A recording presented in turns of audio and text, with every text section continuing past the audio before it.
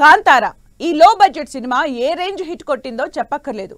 Kantara sequel shooting కూడా పూర్తయింది. Post production పనుల్లో బిజీగా ఉన్న మూవీ యూనిట్ రిలీజ్ కు రెడీ అవుతోంది. అంతలోనే కాంతారా 3 పై గాసిప్స్ వైరల్ అవుతున్నాయి. పార్ట్ 3లో టాలీవుడ్ కు చెందిన పాన్ ఇండియా హీరో ఎంట్రీ ఉంటుందన్న టాక్ వినిపిస్తోంది.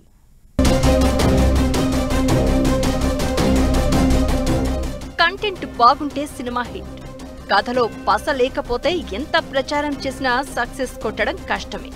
2022లో వచ్చిన కాంతారా మూవీ ఈ విషయాన్ని స్పష్టం చేసింది. ఈ సినిమా రిషబ్ శెట్టి డైరెక్ట్ చేయడంతో పాటు మూవీలో కీ రోల్ ప్లే చేశాడు. ఇప్పుడు పార్ట్ 2 కూడా తీస్తున్నారు. అప్పుడే కాంతారా 3 పై న్యూస్ వైరల్ అవుతోంది. ఈ సీక్వెల్లో రిషబ్ శెట్టితో పాటు జూనియర్ ఎన్టీఆర్ కూడా కీలక పాత్రలో కనిపించబోతున్నాడని గుసగుసలు వినిపిస్తున్నాయి.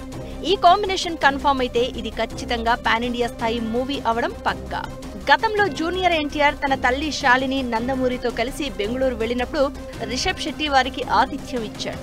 ఈ సందర్భంలోనే రిషబ్ ఎన్టీఆర్ తో కాంతారా 3 కథపై డిస్కస్ చేశాడని అంటున్నారు.